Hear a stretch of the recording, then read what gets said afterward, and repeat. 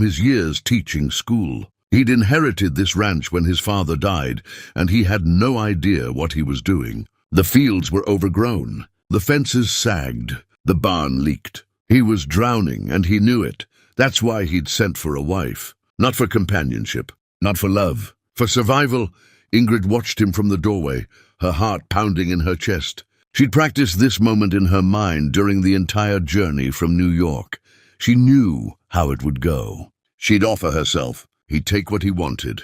She'd go somewhere else in her mind, somewhere far away, where she couldn't feel anything. By morning, it would be over and they could settle into the cold reality of a working arrangement. I said, she repeated, her accent thick, her voice steady. Let us make it quick. I know what you want. I know why you paid for me. So let us just do it and be done. Thomas looked up at her, his face pale in the firelight. His mouth opened, then closed. He blinked several times, like he was trying to make sense of words spoken in a foreign language. He started, then stopped. He set his hat down on the small table beside him and stood slowly. I think there's been a misunderstanding. Ingrid's jaw tightened. Here it comes, she thought. The game, the pretending. Men always pretended at first. They acted like they wanted something else, something more, and then when you let your guard down, they took what they'd wanted all along. There is no misunderstanding, she said flatly. I am your wife now, on paper at least. You paid $93 for my passage and the marriage by proxy. I know what that means. I'm not stupid. I didn't say you were stupid, Thomas said quickly, his voice soft. I didn't bring you here for that. Then why? The question came out sharper than she meant it to. Or why does any man send for a wife he has never met? Thomas rubbed his face with both hands, and for the first time she noticed how tired he looked, how thin. There were shadows under his eyes, and his shirt hung loose on his frame like he'd lost weight he couldn't afford to lose. Because I'm failing, he said quietly. This ranch was my father's dream, not mine. I was a school teacher. I taught children how to read. I was good at it. But when he died, there was no one else to take this place, and I couldn't let it die with him. So I tried. God, I tried. But I don't know what I'm doing. The crops failed last year. The cattle got sick. The roof leaks. The barn is falling apart, and winter's coming fast. He looked at her, and his eyes were so open, so honest. It made her chest ache in a way she didn't understand. I need help, real help. Someone who knows how to work hard, who won't quit when things get difficult. The agency said you'd worked on farms before, that you were strong, that you could handle hard labor. That's what I need. That's what I paid for. Ingrid stared at him. The silence stretched between them like a rope pulled taut. You want me to work, she said slowly. Not to be a wife in that way. Not unless... He trailed off, his face flushing red. Not unless that's something you'd want, someday, maybe, but not now. Not like this. Not as some kind of transaction. The word hit her like a slap. Transaction. That's exactly what she'd made it. What she'd been taught to make it. She took a step back, her hand gripping the doorframe. Her mind was spinning. This didn't make sense. Men didn't say no. Men didn't walk away from something they'd paid for. Men didn't look at her with confusion and concern instead of hunger. I don't understand, she whispered. Neither do I, Thomas admitted. But I know I can't. I won't. He took a breath, steadying himself. My mother always told me that a man's character is measured by how he treats people who can't fight back. You just got here. You don't know me. You don't know this place. You're exhausted and probably scared, even if you won't admit it. If I took advantage of that, what kind of man would that make me? Ingrid's throat tightened. Scared? Yes, she was scared. Terrified, actually. But she'd learned to bury that fear so deep that sometimes she forgot it was there. Thomas picked up his coat from the back of the chair. The bed is yours, he said simply. I'll sleep in the barn. It's freezing outside, Ingrid heard herself say. I've got blankets. I'll be fine. You will freeze to death. Then I'll freeze to death doing the right thing. He walked toward the door, and she had to step aside to let him pass. He paused in the doorway, not looking at her. There's bread and cheese in the cupboard if you're hungry. Coffee on the stove. The door locks from the inside if that makes you feel safer. Then he walked out into the cold Dakota night. Pulling the door shut behind him, Ingrid stood frozen in the empty cabin, the fire crackling behind her, her heart hammering against her ribs. She walked slowly to the window and looked out. She could see his shape moving through the darkness toward the barn. His shoulders hunched against the wind. She pressed her hand against the cold glass. And for the first time in 3 years, she felt something crack open inside her chest. Something she'd buried so deep she thought it was dead. Confusion, and beneath that something even more dangerous. Hope. Ingrid didn't sleep. She lay in Thomas's bed, staring at the ceiling beams, her body rigid as stone. The mattress was thin but clean. The blanket smelled like soap and wood smoke. Everything in this small cabin was worn but cared for. The floor was swept. The dishes were washed and stacked neatly. The books on the shelf were arranged by size. This was the home of a man who tried, even when he was failing. She turned on her side and pulled the blanket up to her chin. Outside, the wind howled. She thought about Thomas in the barn, wrapped in whatever thin blankets he could find, probably shivering, probably regretting his decision. He would come back. Men always came back. They tested you first, made you think you were safe, and then they showed you who they really were. But the door never opened. The night passed in silence. And when the first grey light of dawn crept through the window, Ingrid finally sat up. Her body ached from tension. Her eyes burned from not sleeping. She dressed quickly in the same rough work dress she'd worn the day before, braided her hair with practiced efficiency, and stepped out into the cold morning air. The sky was the color of iron. Frost covered everything, turning the world silver and still. Her breath formed clouds as she walked across the yard toward the barn. The door was slightly ajar. She pushed it open slowly, not sure what she'd find. Thomas was asleep on a pile of hay, his coat pulled tight around him, his hat covering his face. He was shivering even in sleep. His lips had a faint blue tinge. She'd been right. He was freezing, stupid man. Stubborn, stupid, honorable man. Something twisted in her chest again. That same dangerous feeling from last night. She couldn't afford dangerous feelings. Feelings got you hurt. Feelings made you weak. She turned to leave, but her foot caught a bucket. It clattered against the barn floor, loud as a gunshot in the quiet morning. Thomas jerked awake, his hat falling off, his hand reaching for something that wasn't there. An old reflex, a soldier's reflex. His eyes found hers. For a moment, neither of them moved. "You're awake," he said, his voice rough from cold. "So are you." "Barely." She crossed her arms. "You look half dead." "I'm fine." "You are a liar." He almost smiled. Almost. "Maybe."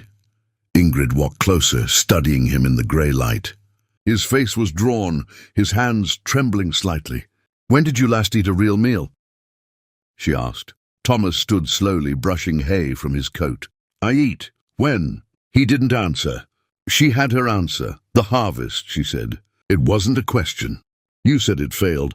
You have been starving yourself so you could pay for help. I'm managing. You paid $93 for me. That was food money, seed money, survival money." Her voice grew harder. "You brought me here to save this ranch, but you are dying yourself." "I'm not dying. I'm just adapting. Adapting." She shook her head. "You are the worst rancher I have ever seen." "I know." There was no defensiveness in his voice. Just acknowledgement. "I told you." "I don't know what I'm doing." "Then why do you keep trying?" The question hung in the cold air between them. Thomas picked up his hat, turned it over in his hands the same way he had last night. "Because it's all I have left of him. My father. He built this place with his own hands. He cleared the fields, raised the barn, planted every fence post. He died believing I'd keep it alive." He looked up at her and his eyes were raw. "I can't let him down, even if it kills me." Ingrid understood that kind of loyalty, that kind of stubborn, self-destructive devotion to the dead. She'd carried her own version of it for years. "Your father is dead," she said flatly. "He does not care anymore. I care." "Then you are a fool, probably." Thomas put his hat back on. "But I'm a fool who needs to feed the chickens and check the fences before the next storm hits. And you," he paused, looking at her carefully, You don't have to help. I know last night was confusing. If you want to leave, I'll give you money for the stage back east. I won't stop you." Ingrid stared at him. He meant it. She could see it in his face. He would actually let her go, give her money he didn't have. Watch his last chance at survival walk away. Because he thought it was the right thing to do. "You really are a fool," she said quietly. "Yes, Mom." She turned toward the barn door, then stopped. "I do not run," she said without looking back. "I've run before. It does not work. The world is the same everywhere. Men are the same everywhere." She finally turned to face him. "Except maybe you. I do not know what you are yet. But I made a deal. I came here to work. So I will work." Thomas's expression shifted. Something like relief mixed with something deeper. "You don't have to. I know. But I choose to." She walked toward the door, then paused again. "And you will eat breakfast. Real breakfast, with eggs and bread and coffee that is not 3 days old. You cannot work if you are dead. And I cannot save this ranch alone. We're saving it together. We are trying not to die together. There is a difference." But when she said it, there was the faintest hint of something in her voice. Not quite warmth, not quite humor, but something that wasn't pure ice anymore. Thomas followed her out of the barn. The morning was still cold, still gray, but somehow it felt less empty than before. They walked side by side toward the cabin, not speaking, both pretending this was normal. Pretending they were just two people working together. Pretending last night hadn't changed something fundamental between them.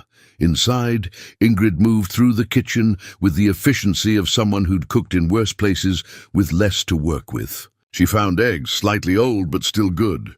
Bread that was hard but could be toasted. Coffee that was indeed 3 days old, so she made fresh. Thomas sat at the small table watching her move, not speaking. When she set the plate in front of him, their eyes met. He looked at the food like it was a feast. "Thank you," he said quietly. "Eat, then we work." He ate.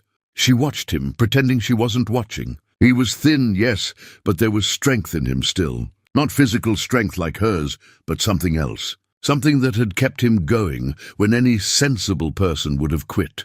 When he finished, he looked up at her. "Can I ask you something?" Her body tensed. "What? Last night? When you said what you said, has someone—" He struggled for the words. "Has someone hurt you before?" The question landed like a stone in still water. Ripples spread through her, threatening to disturb things she'd buried deep. "That is not your business," she said, her voice flat. "You're right. I'm sorry." But he kept looking at her with those gentle eyes, and she hated how they made her feel. Like she was being seen, like she was being understood. "Yes," she finally said. The word came out like broken glass. "Someone hurt me before. Many someones. That is why I learned to ask for it quick. Because if you control how it happens, it hurts less." Thomas's face went pale. "Ingrid, I do not." She held up her hand. "Do not apologize. Do not pity me. Do not make promises you cannot keep. Just—" She took a breath. "Just be what you were last night. A man who walked away. That is enough." The silence between them was different now, heavier, full of things neither of them knew how to say. Finally, Thomas stood. "Then I'll be that man. Every day, for as long as you're here." He picked up his coat. "Now let's go save this ranch." Ingrid nodded once. She followed him out into the cold morning, and for the first time in 3 years, she let herself believe that maybe, just maybe, she'd found a place where quick wasn't necessary anymore. The days that followed fell into a rhythm that surprised them both. They worked from sunrise until their bodies screamed for rest. Ingrid moved through the failing ranch like a storm, fixing what Thomas had let fall apart through ignorance or exhaustion. She repaired the chicken coop with boards she found stacked behind the barn. She patched the roof where rain had been seeping through for months. She hauled water, split wood, and cleared the overgrown vegetable garden with an efficiency that left Thomas speechless. And she was strong, stronger than any man he'd ever known. She could lift fence posts he couldn't budge. She could work for hours without stopping while he had to pause to catch his breath. But she never mocked him for it, never made him feel small. She just did what needed doing, her face unreadable, her movements precise. Thomas watched her and learned. He learned how to properly mend a fence, how to check the animals for sickness, how to read the sky for coming weather. She didn't teach him with words. She just did things and he followed, trying to memorize every motion. At night, they ate together in silence. She cooked. He cleaned. She took the bed. He took the barn. Neither of them spoke about the arrangement. It simply was, but on the 5th night everything changed. The temperature dropped like a stone. Thomas woke in the barn, shivering so violently his teeth clattered. His fingers were numb. His breath came in sharp gasps that hurt his lungs. He tried to stand, but his legs wouldn't cooperate. The cold had settled into his bones. He didn't remember much after that, just fragments. The barn door opening, strong arms lifting him like he weighed nothing. Ingrid's voice, sharp with anger or fear, he couldn't tell which. The warmth of the cabin, being lowered onto something soft. When he fully woke, he was in the bed. His bed. The blankets were piled on top of him, heavy and warm. The fire was roaring in the hearth, and Ingrid sat in the chair beside the bed, her arms crossed, her face thunderous. "You are an idiot," she said. Thomas tried to speak, but his throat was raw. He managed a weak, "Morning to you, too. Do not joke. You almost died out there. I was fine. You were blue. Your lips were blue. Your hands were blue. You could not stand." Her voice cracked slightly, and she looked away quickly, like she'd revealed something she hadn't meant to. "You are the stupidest man I have ever met." "I couldn't." "The bed is yours. We had an arrangement. The arrangement is over." Her voice was hard as iron. "You will sleep in the bed from now on. I will sleep in the chair or on the floor. I do not care.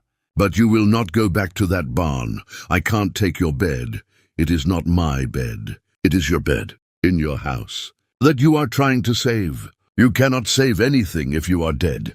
She stood abruptly, pacing like a caged animal. "Do you know what would happen if you died? Do you? I would be alone here. A foreign woman with no papers, no money, no way back east. The town would take this ranch. They would send me away, or worse. Your death would be my death too. So you will stop trying to be noble and you will stay alive. For both of us." Thomas pushed himself up on his elbows. His head spun, but he forced himself to focus. "Then we'll share it." Ingrid stopped pacing. "What? The bed? It's big enough for 2 people if we stay on our own sides. Like you said, if I die, you're in danger. But if you're sleeping on the floor or in a chair, you'll get sick too. We need each other healthy. So we'll share it like business partners sharing a bunkhouse." She stared at him like he'd suggested they fly to the moon. "You cannot be serious." "I'm completely serious. You stay on your side. I stay on mine. We both survive the winter. It's practical." "Practical," she said the word like it tasted strange in her mouth. "Yes, practical."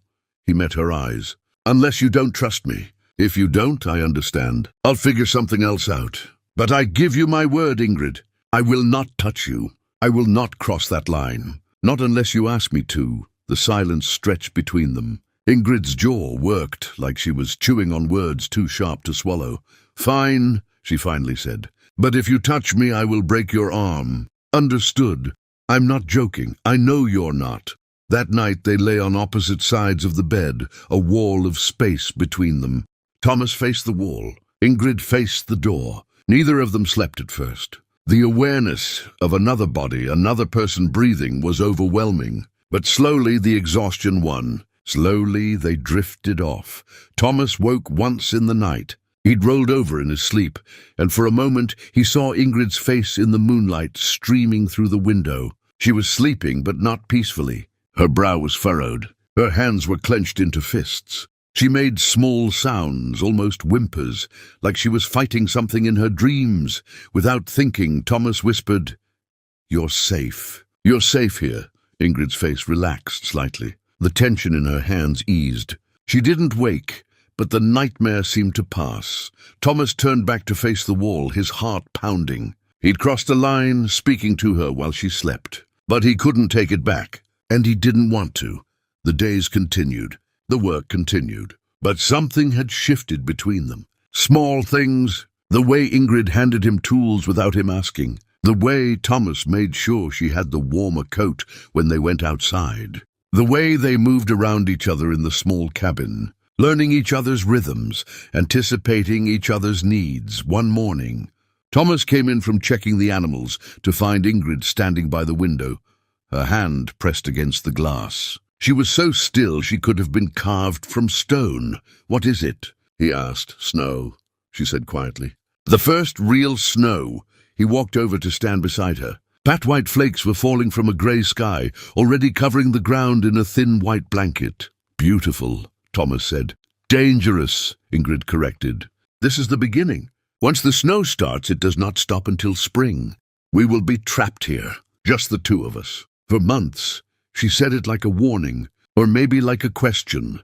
Thomas looked at her profile in the weak morning light. "Are you afraid?" he asked quietly. "Of the snow?" "No." She finally turned to look at him. "Of being trapped with you?" "I do not know yet. That's honest. I am always honest. I know." He paused, choosing his words carefully. "For what it's worth, I'm not afraid of being trapped with you. I'm only afraid of failing you, of not being enough help, of you regretting that you stayed." Something flickered in Ingrid's eyes. Something that might have been surprise or might have been something deeper. "You are strange," she said finally. "I've been told that before. Most men would be afraid of a woman like me. Big, strong, foreign. I'm not most men." "No." She turned back to the window. "No, you are not." They stood there together watching the snow fall, and neither of them moved away. The space between them was smaller than it had been. Not gone, but smaller. That night, when they lay down to sleep, Ingrid spoke into the darkness. "Thomas?" "Yes?" "Thank you for last night. When I was dreaming, you said I was safe. I heard you." Thomas's breath caught. "I'm sorry. I shouldn't have." "No, it helped. No one has ever—" She trailed off. "No one has ever said that to me before." The silence that followed was soft, gentle, like the snow falling outside.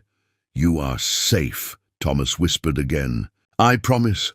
And for the first time in 3 years, Ingrid let herself believe it might be true. Winter came down like a hammer, burying the ranch in snow that piled higher than the windowsills. The world outside became a frozen wilderness, beautiful and merciless. Inside the cabin, Thomas and Ingrid lived in a careful balance, moving around each other like dancers, learning a new rhythm. They worked together during the day, mending tools and planning for spring.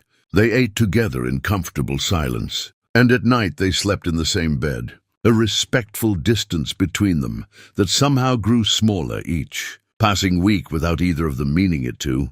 But the true change came on a night when the wind howled like wolves and the cabin shook from the force of the blizzard outside. Ingrid woke to the sound of Thomas thrashing beside her, his voice broken and desperate. "No, please, not again. I can't lose another one. Please, God, not again." She sat up, her heart pounding. In the dim firelight, she could see his face twisted in anguish, tears streaming down his cheeks even as he slept. His hands clutched at the blankets like he was trying to hold on to something slipping away. "Thomas," she said quietly. Then louder, "Thomas, wake up!" He jerked awake with a gasp, sitting bolt upright, his chest heaving. For a moment, he didn't seem to know where he was. His eyes were wild, lost in whatever horror the dream had shown him. "You are here," Ingrid said firmly. "You are in the cabin. You are safe." Thomas's breathing slowly calmed. He pressed his hands against his face, and his shoulders began to shake. Not from cold, from something breaking inside him. "I'm sorry," he choked out. "I'm sorry, I didn't mean to wake you. What were you dreaming about?" He shook his head, unable to speak. Ingrid watched him for a long moment, then made a decision that surprised her as much as it would have surprised him. She reached out and placed her hand on his shoulder. Just that, a simple touch. The first intentional touch between them since she'd arrived. Thomas froze. Then slowly, like a dam breaking, the words began to pour out. "My wife. My first wife, Sarah. She died 2 years ago. Childbirth, the baby too. A little girl. I never even got to hold her." His voice cracked. "The midwife said there was nothing anyone could do. But I keep thinking if I'd been faster, if I'd gotten the doctor sooner, if I'd done something different, maybe—" "Stop," Ingrid said quietly. You cannot carry the weight of things you could not control. How do you know what I can and can't carry? Because I do the same thing. She pulled her hand back, folding it in her lap. My previous husband, the man who hurt me, I stayed for 3 years. 3 years.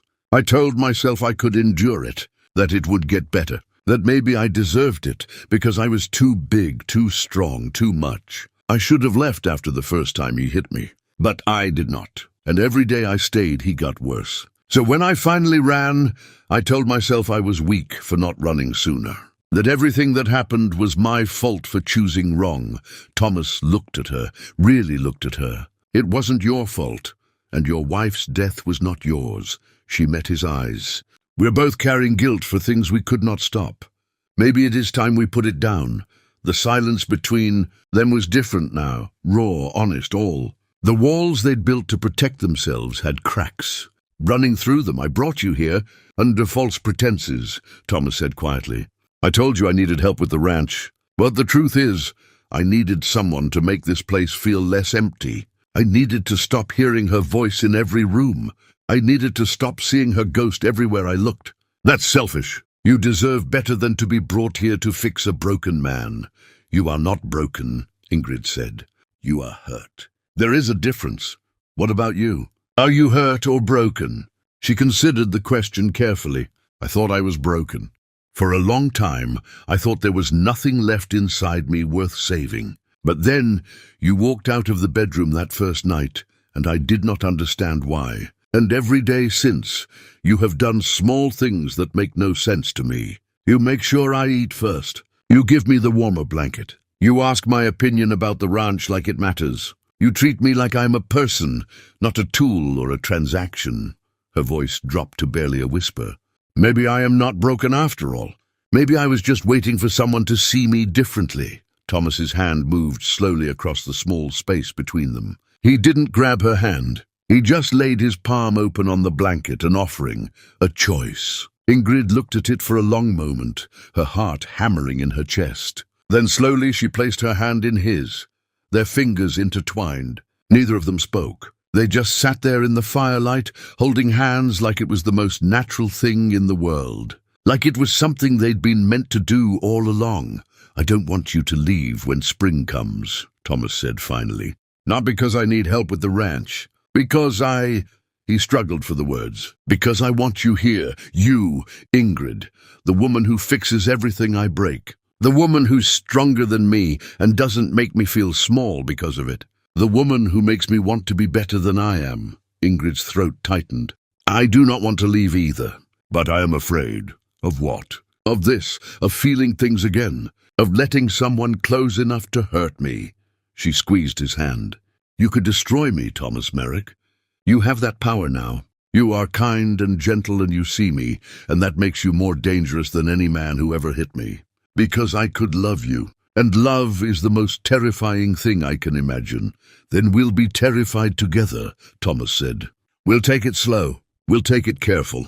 No rushing, no pressure. Just two people learning how to be human again. Is that enough? Ingrid looked at their joined hands. At this small man, with his gentle eyes and his broken heart, and his ridiculous determination to save a failing ranch. At this person who had shown her more respect in 2 months than she'd received in her entire life. Yes, she whispered. That is enough. They lay back down, still holding hands across the space between them. The blizzard raged outside, but inside the cabin something had shifted. Something had healed. They weren't whole yet. Maybe they'd never be whole. But together, they were enough. Together, they were beginning.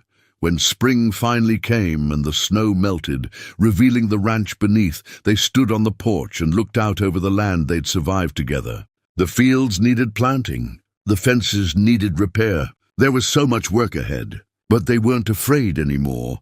Thomas turned to Ingrid, and for the first time since she'd arrived, he saw her smile. Really smile. It transformed her entire face, made her look younger, lighter, free. Ready? He asked. Ready, she said. They walked out into the morning together, side by side, neither leading nor following. Just two people who'd asked for quick and found something slow and lasting instead. Two people who'd been broken by the world and had somehow found a way to be whole with each other. Two people who'd learned that the greatest act of courage isn't fighting or running. It's choosing to stay, to try, to hope. And as they began the work of bringing the ranch back to life, they knew that whatever came next, they would face it together. Not as master and servant, not as transaction and obligation, but as partners, as equals, as two souls who'd found each other in the darkness and decided that the light was worth fighting for. If this story touched your heart, if you felt something shift inside you while listening, I need you to do something for me right now. Hit that subscribe button. Turn on the notification bell so you never miss another story like this. Because these tales of healing, of second chances, of broken people finding wholeness together, they matter. They remind us that we're all carrying something heavy, and sometimes the bravest thing we can do is let someone help us carry it. Now leave a comment below and tell me where you're watching from. Tell me your story. Tell me if you've ever been brave enough to let someone see the broken parts of you. From Montana to Norway and everywhere in between, we all deserve to know that slow and careful can be more powerful than quick and easy. That kindness can be more courageous than cruelty. That love, real love, is worth the terror of hoping again. Subscribe now. The next story is waiting, and so am I.